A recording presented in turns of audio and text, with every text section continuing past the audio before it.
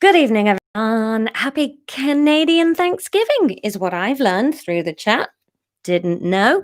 But happy days to you guys. How are we all? I am absolutely freezing up here in the office. Tom was out in the garage playing D&D, and I sort of thought like, oh, he won't be back by the time I'll do the reading, so I'll just stay down in the nice warm living room with the lovely teeny tiny dog, and that'll be much nicer. But no, he came out and he hasn't kept up with this story because he doesn't love me enough. So I thought he doesn't want to listen to the 28th chapter of a book that he knows nothing about. So I've come up here. I'm very cold, but I feel quite Christmassy today. Bought my first Christmas present for someone, and I've started thinking, yes, Miss Dick Mackey is on course for 5 days accident free. She's really getting the hang of going outside now, bless her. She's so cute. She started to sort of go like, ooh, when she wants to go out the door, which is really nice because I think that was half the problem she was having. She just didn't know how to tell us, and we were stupid to sort of not realize. I know it's October, Dirkus, but for me, after the Edinburgh Festival is done with, I just get into Christmas mode. I'm not really a Halloween person, and I'd happily forego my birthday to get into Advent a bit sooner. I'm not even that bothered about Christmas Day. It's Advent that I'm interested in. Wait till it snows. Do you reckon we'll get snow this year? I don't know. Oh, I love it though. I've been looking at decorations today, and now that I have a house to decorate instead of a flat. Oh, isn't Edinburgh Fest in August? Yes. Yes, it is. And then I get home on the 1st of September and I start thinking about Christmas. Or in years where I don't do it, I've just been quietly thinking about Christmas since about April. How is the dog doing with the rain? Well, she still doesn't like it. She's better with it. And actually, she went in a pond yesterday, which was her first experience of going in water voluntarily. There was another dog in a pond, and she was so desperate to play with the other dog that she actually did get in the pond a little bit. We went for a walk in the rain today, and she was all right for a bit. And then after about 10 minutes, she was just jumping around my feet because Tom carries her in the rain. And I was having none of it. So we turned around and went back then. And then she played fight towel with Tom to get dry for a while. That's their favorite game. He's in charge of drying her, and she fights with the towel and doesn't realize that he's drying her. Didn't some folk here do a mock Christmas during first lockdown? Yeah, we did. Yeah. Oh, God, is there going to be another lockdown? I don't know. Anyway, no Christmas till after Human Hairball's birthday, mid to late November. Oh, come on. That is so far away. Can we move your birthday? We'll think about it. Anyway, right. We should do a chapter because I've got a pizza in the oven and I want to eat it. So, chapter 28. Here we go. Asmar stopped walking at the entrance to the hedge dwelling and stood looking expectantly at the stony-faced line of Tingians before her. Ezria had her arms folded and her eyes were like granite. Asmar felt her emotions intensely in her throat, and she tried to swallow them down to prevent embarrassment from tears. The heat she felt over betraying Ezria was an intense stabbing pain in her forehead. That is funny, Dirkus. Yeah. We should go on a trip, but only 6 of us. If she didn't concentrate solely on Aliette in the clutches of Vanweer, then she would lose all the strands of logic that had made her do it. Karan and Marine stood to either side of Ezria like loyal foot soldiers, which, Asmar supposed, they were, more loyal than her. But what choice had she had? She owed her loyalty to her wife above her commando any day. Perhaps, she realized with sudden clarity, she had been in the wrong job then. But it was too late for thoughts like that now. Now she was stood topside staring at her former boss and closest confidant, who was supported by her new protege and a man she used to call a friend. Asmar felt the world shift beneath her feet. She hung her head. Her eyes filled with unwanted tears and the mud blurred beneath her toes. She was so sick of worrying. There hadn't been a moment for over a week now when she hadn't been churned up inside and strung out to the end of her last nerves.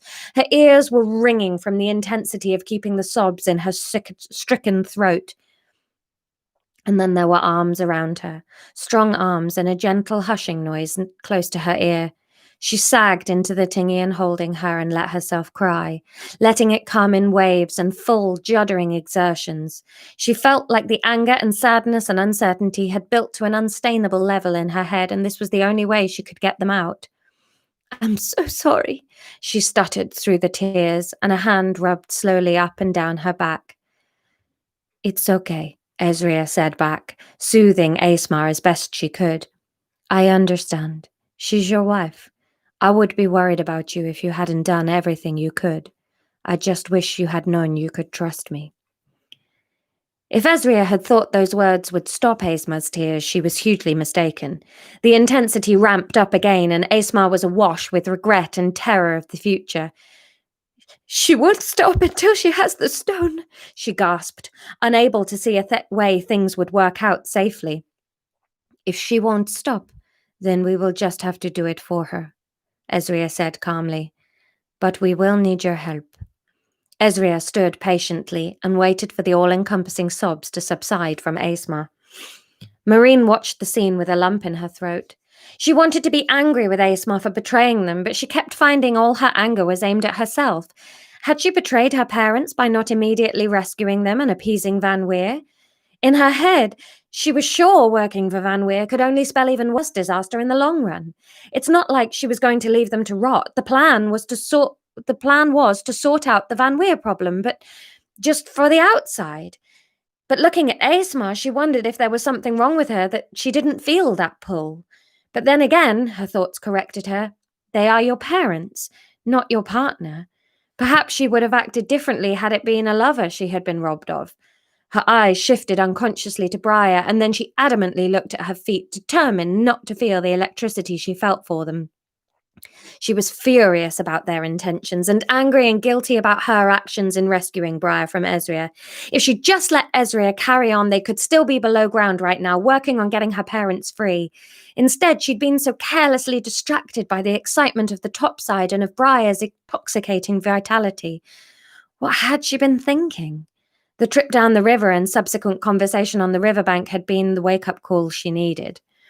Asmar was nodding and sniffing at Ezria, and Ezria held a finger under Asmar's chin to lift it to look into her eyes. You always had my trust, she whispered. But, Asmar began, her face shining damply. I know what you are doing, but I have to trust that I am not wrong and that when it came to it, you would have done the right thing. Luckily, we will never have to find out because we are here now and I have you back, and Asmar, you have my trust.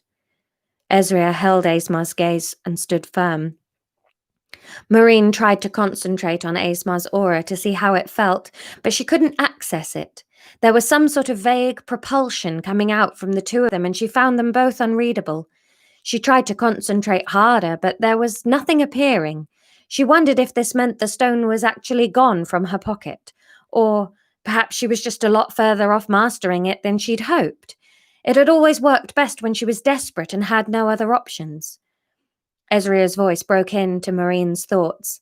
Let's convene with Sinfire. Come on. The little group followed her into the hedge dwelling where Sinfire was seated in the circle with a few other Tingians, including the raiders they'd met in the cavern. Oh, did we give Sinfire an accent? It's not on that post-it note. Where's my other post-it note? No, it's not on that one. Oh, here we go. All right, where's my other post-it note? Oh, she was the same as Briar, wasn't she? Because they're related. We finally had some accents working. Stop saying Mexican. I'm going to find a way that I can blank Mexican out of this bloody chat box. No. Thank you for joining us, Briar. Late night. Sinfire raised an eyebrow, and Marine felt a little tinge of pleasure at Briar's discomfort. Serves you right, she thought, for kidnapping me and nearly drowning me. They settled themselves into the gaps in the circle and looked expectantly at Sinfire and Ezria. Ezria began. You have not all met Asmar, she said quietly, indicating the silent, puffy-eyed Asmar. She is my lieutenant and has been at my side for years. She is also completely trusted by Vanweer, who believes her to be working for the government. Our plan is to send her below to tell Vanweer we have the stone and are planning to keep it above ground. If she wants it, she will need to come and get it. Fingers crossed we can lure her up here, where with your help, we have the advantage and can put a stop to her before she has all the stones. Ezria fell silent, and Sinfire picked up where she left off. We'll put out the call to the 12 field families and unite. They will be anxious to have an end to this and have the stones restored. If Aesmar can string the time out below ground, then we should have some time to get into formation here and prepare for an invasion. Vanweer will think she's being led to us defenceless, and then we spring the trap. We'll be lying in wait, with hopefully greater numbers. Once Vanweer is subdued, we can find out where the other stones have been removed to, and they can come back. I don't need to tell you how much these stones mean for our survival. The topsiders were all nodding vehemently around the circle, and Marine was hoping Sinfire would elaborate for them, but she didn't. We will need to send you with a message, Aesmar. Ezria turned to her lieutenant, smiling gently. You will go to Vanweer and tell her that we are here, that we are not coming back. You'll tell her that Marine Skylon knows how to control the stones. That way she will come wanting the stone, and Marine that way she will come wanting the stone and Marine, and we can predict her tactics. Aesmar, can you do this? Can you lure her topside so we can fight on our terms? What are you saying yes you do to? I don't need to. Oh, right. Yeah, I don't need to tell you how much it's. Ooh, a little mystery. I mean, I don't know. It'll depend what you vote on in a bit, won't it? I love it when you guys are all like, predicting. And I'm like, I don't know. I haven't planned anything. I'm just writing as we go. No, I really liked that. Marine Skylon knows how to control the stones. The winner was Durkers. That way she will come wanting the stone and Marine, and we can predict her tactics. Aesmar, can you do this? Can you lure her topside so we can fight on our terms? Aesmar lifted her chin to the branches and nodded stiffly, too overwhelmed with emotion to speak. Marine felt a hand slip into hers. She flinched instinctively, wanting to pull it away from Briar's touch, but when she turned to look, it was Karan. We'll get your parents back. You see if we don't, he said, and smiled nervously. So, your question for tomorrow night, which actually we're going to swap. Tomorrow night will be live and Wednesday will be a pre-record because stuff's changed this week. But your question is, where's that gone? There we go. What has Vanweer done while they've been away? So you've got 4 options. Why is everyone trusting Aesmar Artworld? Oh, I don't know. You guys voted for it. It was your fault. What has Vanweer done while they've been away? Your options are 1, put the city on a lockdown. Bit close to home. Don't know. 2, resigned. 3, mastered one of the other stones. 4, killed a hostage. Or 5, gone missing. Those are your options. Is it a lockdown? Is it resigned? Is it mastered one of the other stones? Is it killed a hostage? Or is it gone missing? Those are your 5 options for what Vanweer has been up to while we've been topside following this action. So get writing, and there'll be a chapter tomorrow at the same time. I'll see you then. Take care, guys, and thanks for joining in again. Bye.